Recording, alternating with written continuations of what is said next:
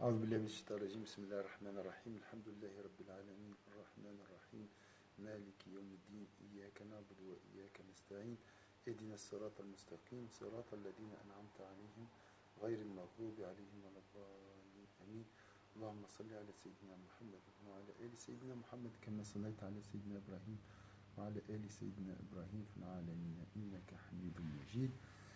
Donc, j'ai choisi de quelques versets et de quelques hadiths à méditer sur la question de la gratitude. Gratitude. Tout d'abord, pour vous, c'est quoi la gratitude? Quelle est l'importance de ce mot dans votre vie?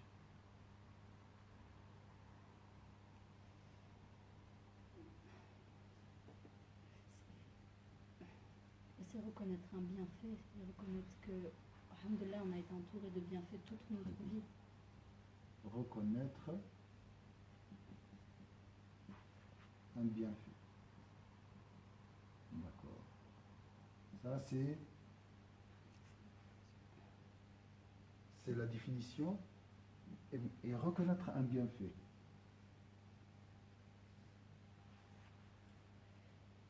Reconnaître un bienfait. Les bienfaits, ils sont où? Partout.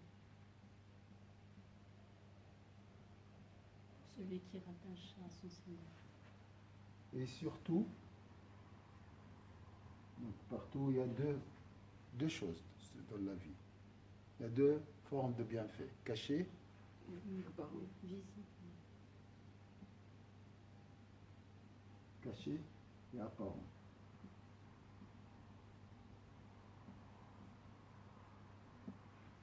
Le caché, c'est quoi?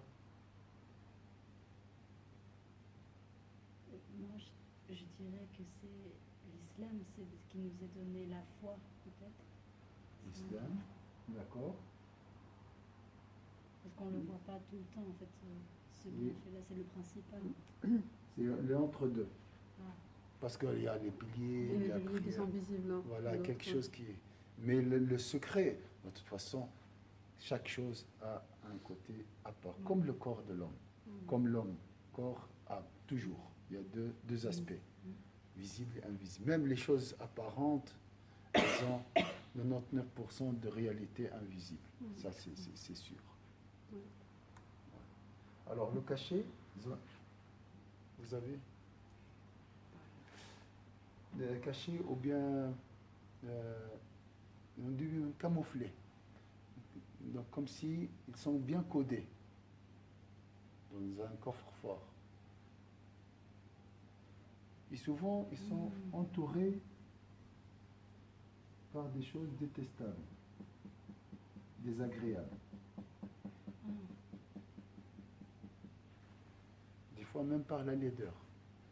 Les épreuves. Les épreuves.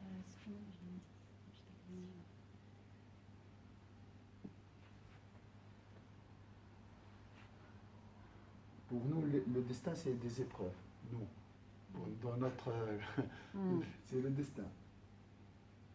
Parce qu'on ne peut pas contempler la tête.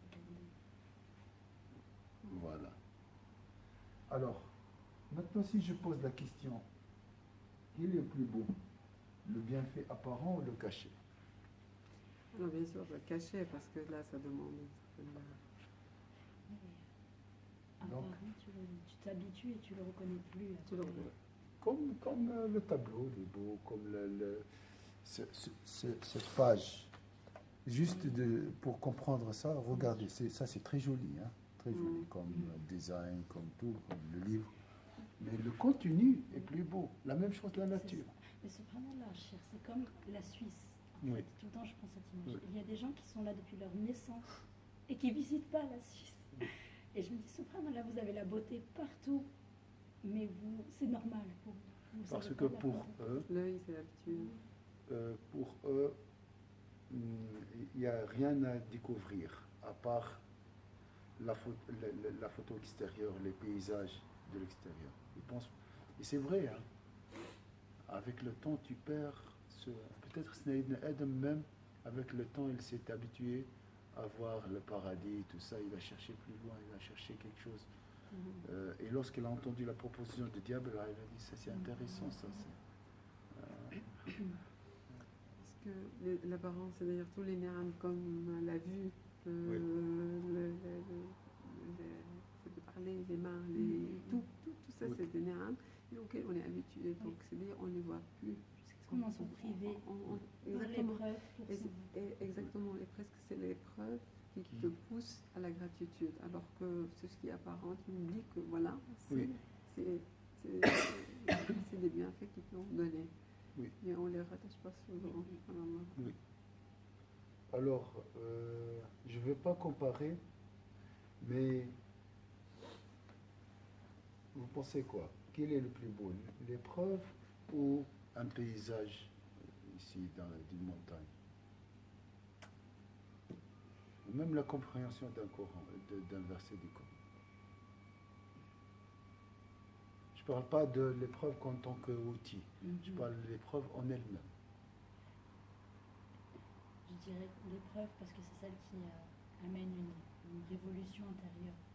Plutôt qu'apparent, ça serait stable tout le temps, peut-être, mais cette épreuve, elle amène le changement profond d'une personne. L'apparent peut-être t'amènera peut-être à un cheminement un peu plus doux, Oui. plus progressif, peut-être Oui. plus lent, alors que l'épreuve te passe de faire des sauts de palier dans le cheminement. Oui.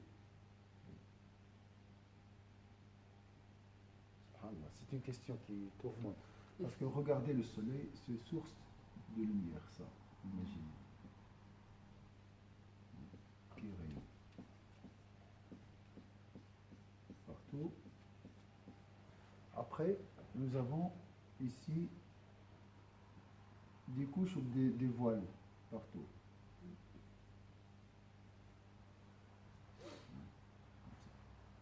Donc la nature, elle est là. Vous voyez, vous avez l'image aussi du noyau de la Terre. Je pense que c'est plus comme ça, c'est plus facile. Ça, c'est le noyau. Noyau. Donc là, c'est la source. Après, là, c'est plus lumineux. Ainsi de suite. Donc nous voyons ce côté, la beauté extérieure. Ça, c'est la nature. Et même cette beauté dans la nature, elle ne vient pas d'elle-même. Elle vient de la source qui est Allah Azza wa Jal. C'est la lumière d'Allah qui donne cette beauté à cette nature physiquement. Donc les épreuves aussi, je ne sais pas où on peut les mettre, dans quelle couche. Est-ce que c'est standard ces couches, ou bien ça dépend de la personne, de la compréhension, de la vie de chacun, les circonstances? Parce que je peux voir le même paysage, moi, vous, 15, Samira 15, après chacun le voit différemment. Ça dépend des voiles. Ça dépend des voiles, et puis effectivement, les épreuves en même temps peuvent faire t'élever, comme ils peuvent te faire descendre. T'éloigner parce que tu les subis, tu les considères comme une... Oui. Tu te révoltes encore davantage. Oui. Donc c'est pas... Et ce qui est très très très subtil dans le destin, la vie, notre vie, la vie, depuis la naissance jusqu'à la mort. Hein? Ça, c'est une créature, n'est-ce pas? Elle est créée par Allah. Parce qu'elle a un début, hein, et une fin. Donc c'est un accident. Ça, c'est accidentel. Vous êtes d'accord ou pas? Parce que vous pensez à au libre arbitre, c'est ça? Ça, c'est entre deux de toute façon. Même si tu es libre, c'est entre deux. Mais le début et la fin, ça, tu n'as pas le choix. Supposons que tu n'as pas le choix de tout ça. Alors, début et la fin. Donc, c'est une créature. Est-ce que c'est un bienfait ou c'est une malédiction?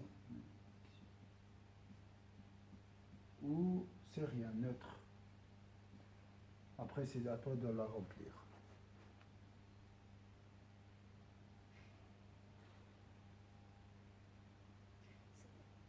dépend des expériences de chacun, de leur vie, en fait, comment ils la verront. Ils ont bien fait la malédiction, encore une fois.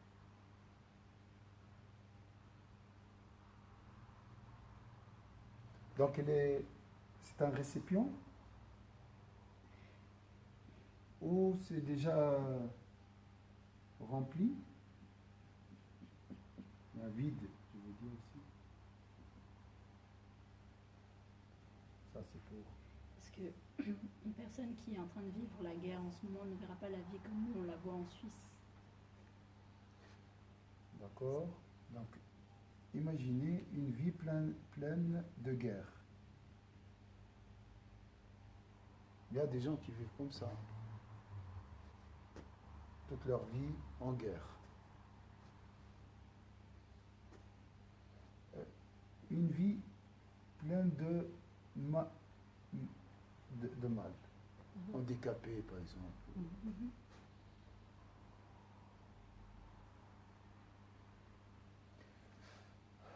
On trouve ici les deux. Vous allez libre arbitre,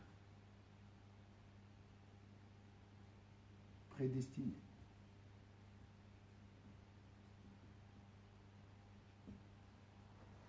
Comment vous considérez cette vie? Elle ne peut pas être Dieu. Donc c'est une créature. Parce que nous avons Dieu, créateur, création. Donc c'est une création. C'est un bienfait de Dieu avec toutes ses possibilités ou bien... Moi je dirais que c'est le tout qui nous ramène à Dieu. Le point en commun entre nous, toute création est un bienfait de Dieu. Toute chose émane de Dieu est un bienfait. Caché, le côté positif, il peut être caché, le bien peut être caché comme il peut être apparent. Ou le côté bien, le bien dépasse le mal dans tous les cas, même s'il y a du mal. Un handicapé, c'est vrai, c'est un mal, mais le bien est toujours supérieur. C'est ça quand on dit bien. Il n'y a pas de bien intégral, il n'y a pas de mal intégral dans la création. Il n'y a que Dieu qui est unique, witr, impair. Est-ce que vous êtes d'accord? On a dit que le mal, c'est l'éloignement d'Allah. C'est ça le mal. Oui. Plus on s'approche, plus on est, Oui. tourné Ça, vers c'est Allah. le malheur, la définition du malheur. Et ça, donc, c'est la définition du malheur. Et le bonheur, c'est la proximité. le malheur, Mais c'est bien, c'est un bien. Mais après, même dans l'éloignement, il y a un bien. C'est ça parce que ça entre dans le destin. Si je monte plus haut. mais aussi on revient justement à cette notion de la naissance, quelqu'un qui peut arriver dans des conditions qui sont propices, bien, et quelqu'un qui est né dans un milieu très hostile, violence, Oui. tout ça, c'est là, comment on peut dire que là il y a du bien? Oui, toujours un bien. Mais il peut y avoir des exceptions. Il peut y avoir des personnes qui naissent dans un milieu hostile, etc. Et Allah, par leur endurance, va les amener vers le bien. C'est très facile de voir la beauté d'un paysage ici en Suisse. Mais le destin, la beauté du destin est très subtile et très cachée. Pour ça, Sayyidina Moussa, il n'a pas supporté le voyage. Il n'a pas rendu avec le Khadr. Maintenant, est-ce que le destin, c'est un homme qui gère par l'ordre d'Allah, comme le Khadr, ou c'était juste le Khadr qui a pris, il était délégué par Dieu pour quelques jours, pour gérer quelques événements? Ça aussi, c'est une question qu'il m'a posée. Je l'ai posée il y a quelques jours. Est-ce que le Khadr ou bien c'est le Khidr toujours qui gère maintenant notre destin par l'ordre d'Allah, par la permission. Bon, ça, c'est pas, ça nous intéresse pas. C'est pas ça le plus important. Le plus important, c'est reconnaître le bienfait d'Allah Azza wa Jalla. C'est comme reconnaître le bienfait, pour moi, c'est comme reconnaître la beauté. On dit souvent que la beauté, elle est subjective à chacun, alors que non, en fait, elle est universelle, mais on a encore les voiles pour la voir, en fait. C'est comme Yves, il dit la beauté, elle est partout, parce qu'il n'a plus les voiles. La beauté ne change pas, Voilà. elle est la même, mais c'est le voile qui varie. C'est ça. La quantité, Voilà. l'épaisseur, tout ça. Ou c'est le cadre dans lequel on a évolué qui nous a tellement ancré des normes qu'on ne le reconnaît plus comme un bienfait, en fait, jusqu'à ce qu'on soit délogé de notre cadre vers un autre endroit où ils sont privés peut-être de ce bienfait. Le cadre, il est dans la beauté. Oui. Le cadre fait partie de tout ce qui nous dépasse, fait partie de la beauté. C'est que les voiles qui... Il y a une image de, c'est-à-dire une source lumineuse, il est derrière un vitrail. Oui. Si tu es de ce côté-là, si tu es devant un vitrail bleu, Oui. tu vas voir la lumière bleue, l'autre jaune, l'autre rouge. Mais C'est la même lumière. la même lumière et donc c'est ça, que la beauté, comme tu l'as dit, la beauté est là, Différents faisceaux. elle est unique. Unique, il ne change pas. Elle ne ne change change pas. jamais.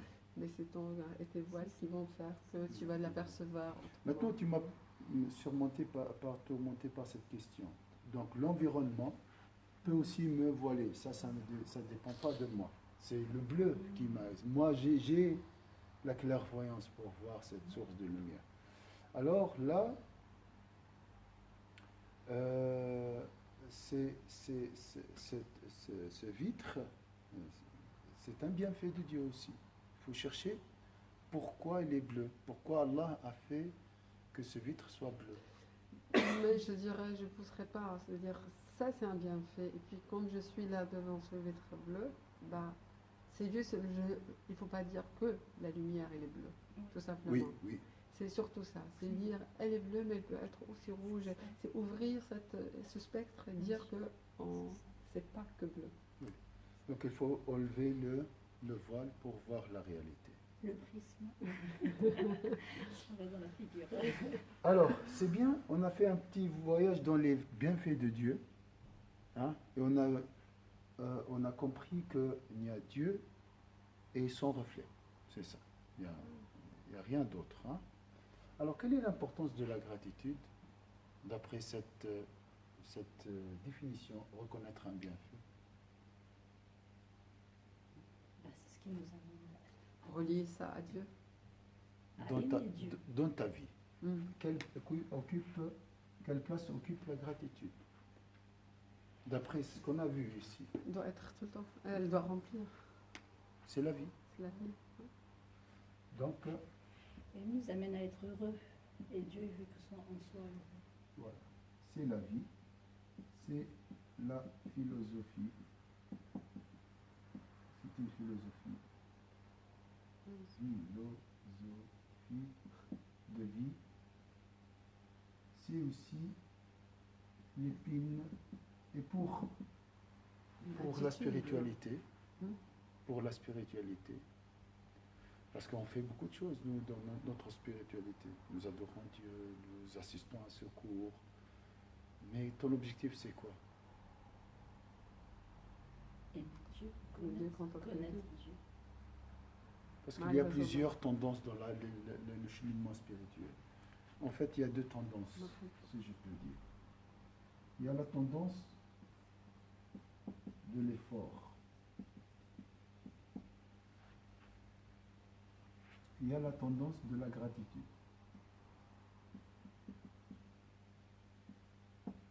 Deux chemins. Bien sûr, on trouve les deux. On trouve la gratitude chez les gens de l'effort, comme on trouve l'effort chez il faut les deux. Mais là, on parle à 80% basé sur la gratitude. Et là, c'est 80% basé sur l'effort. Mujahadat. Je pense. Oui. La gratitude, ça nous amène à être davantage aimés d'Allah quand si on le met à notre échelle du monde, quand quelqu'un nous rend un service, on le remercie obligatoirement. Oui. Et cette personne, elle apprécie qu'on le remercie. Oui. Et elle a envie de nous rendre encore plus de services. Oui. Mais si on ne la remercie pas, elle va se lasser et arrêter peut-être cet effort qu'elle fournit envers nous. Donc, je pense que voilà, c'est le même rapport avec Allah. Plus on va le remercier pour ses bienfaits, plus il va vouloir nous élever encore et nous rapprocher de lui. La gratitude, elle facilite l'acquisition de l'amour d'Allah Azza wa Jalla.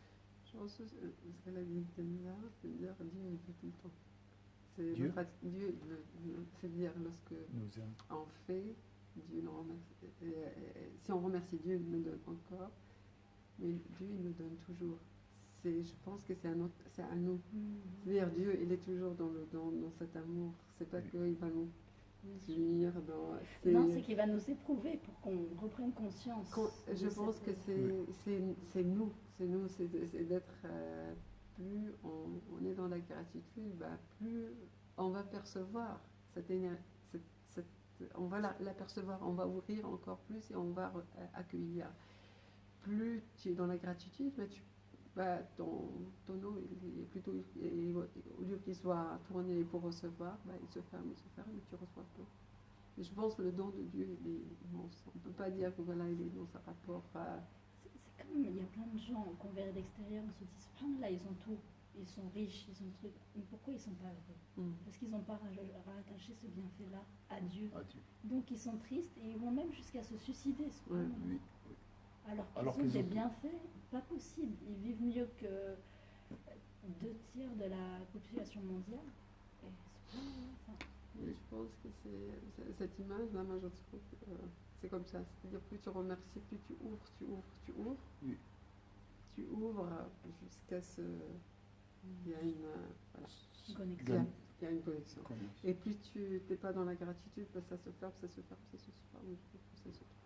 Donc comme s'il y a une source de subsistance, et grâce, il y a des voiles, supposons, et grâce à la gratitude, tu traverses ces voiles, tu supprimes, tu te rapproches. La même idée de chez l'autre tendance, à travers l'effort, manger peu, dormir peu, prier, tout ça, j'enlève ces voiles. Donc c'est le même objectif, mais la méthode est différente.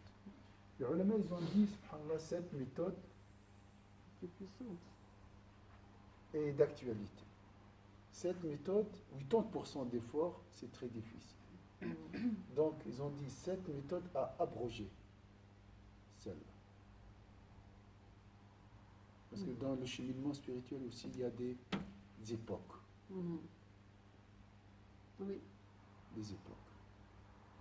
La meilleure époque, c'était l'époque des prophètes. C'est l'équilibre. Bien sûr, à travers la gratitude et l'effort, on cherche l'équilibre. La beauté est dans l'équilibre. Là, on trouve dans la tendance les extrémistes de gratitude. Tout est beau, tout ça, ils ne font pas d'effort. Et là aussi, on trouve des gens qui étaient dans l'extrême vraiment de l'effort. Ils ne se marient pas, tout. C'est presque comme la vie monacale. On trouve ces deux tendances. Alors, l'objectif, c'est à travers la gratitude et un peu d'effort. Ça, c'est la tendance d'aujourd'hui. Bien sûr, l'objectif, c'est d'arriver à cet équilibre. Est-ce que par rapport à l'effort, est-ce qu'on est plus dans l'obéissance, alors que dans la gratitude, on est plus dans l'amour? Alors, de l'extérieur, l'effort, c'est une souffrance. Mais on est en plus dans l'obéissance. C'est on est dans la purification ici. La purification.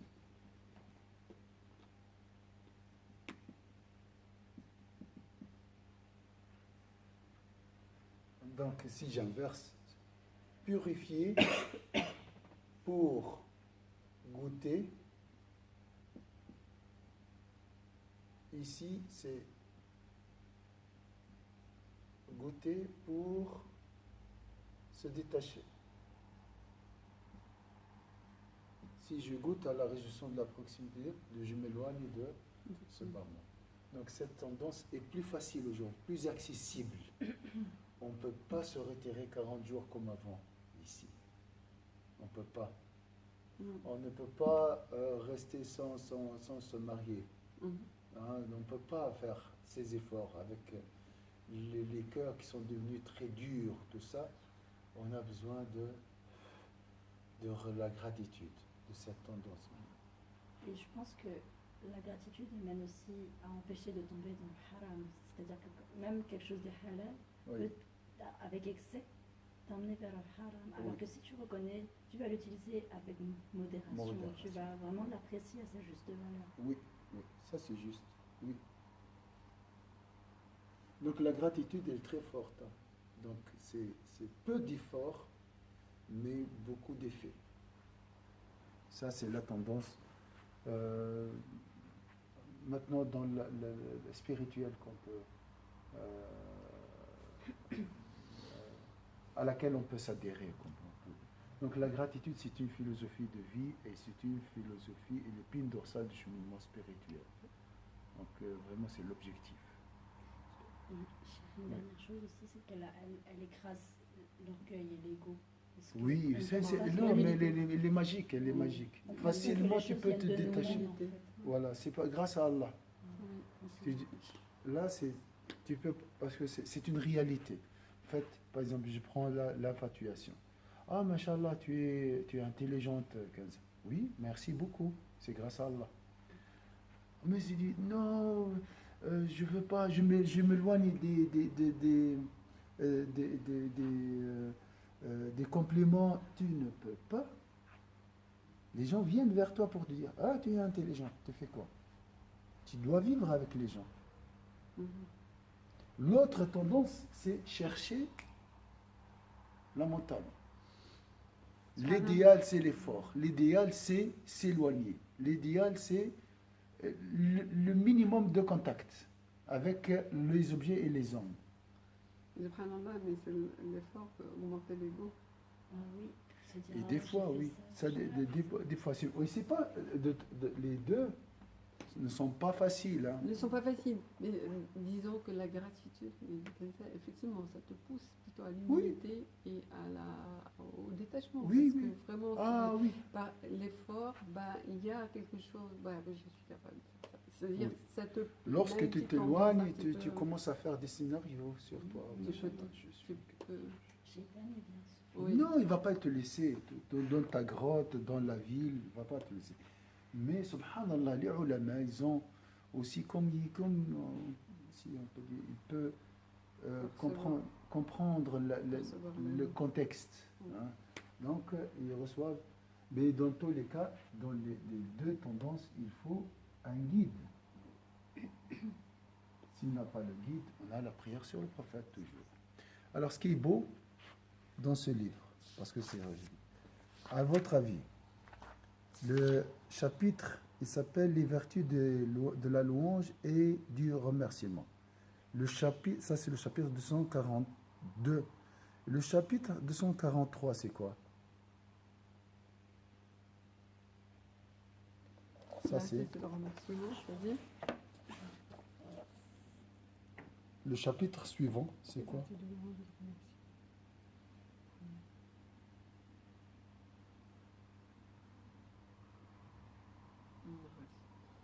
À votre avis, devenez.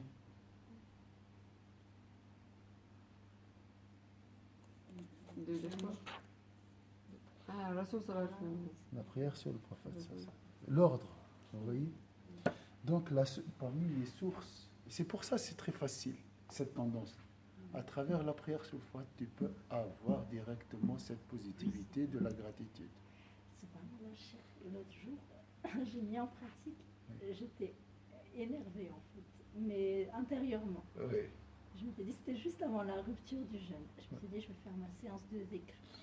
Subhanallah, après, ça s'est échappé. J'étais bien. J'ai juste besoin de ce moment-là pour effacer parce que ça m'avait mis en colère. Et subhanallah, je n'y pensais plus. Alors que j'avais mal à la tête, ça me tracassait, ça s'est envolé. C'est ça la force. Donc cette tendance est basée sur la prière sur le prophète. Cette tendance, la gratitude, cette facilité est basée surtout sur la prière sur le prophète.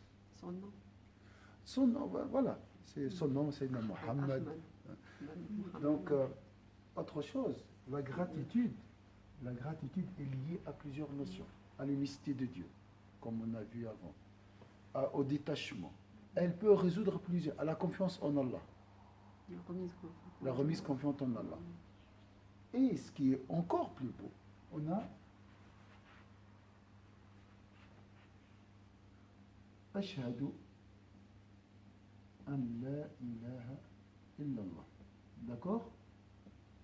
Pourquoi après wa anna Muhammadan Rasulullah? Pourquoi? Deux parties. Quelle est la différence entre les deux? Le sujet ici c'est Allah. Le sujet ici c'est Muhammad. La gratitude. L'unicité, la gratitude. L'unicité, c'est la gratitude.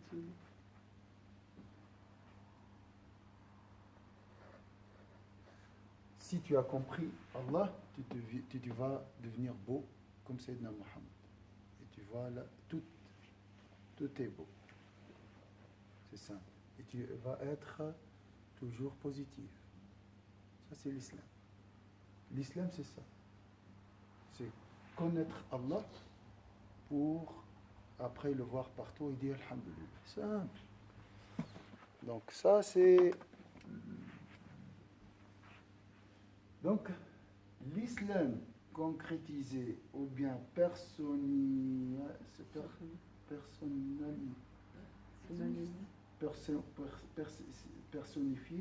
se transforme à un homme positif. Dans la gratitude. Grâce à la gratitude, qui voit à travers les mains de la gratitude. C'est ça l'islam. Donc, Sayyidina Muhammad, c'est la traduction de l'islam. C'est le reflet, c'est l'islam marché sur miroir. Et c'est un homme positif grâce à la gratitude. Dire Alhamdulillah partout. Le destin, tout. Partout, tu dis Alhamdulillah. Ça, c'est donc la gratitude, c'est vraiment le focus, si on peut dire, de l'islam. J'ai remarqué des personnes qui, en pleines épreuves, quand je leur demandais ça va, et qui me répondaient Alhamdulillah, plus ils disaient Alhamdulillah, plus leur peine s'atténuait. Au lieu de se plaindre.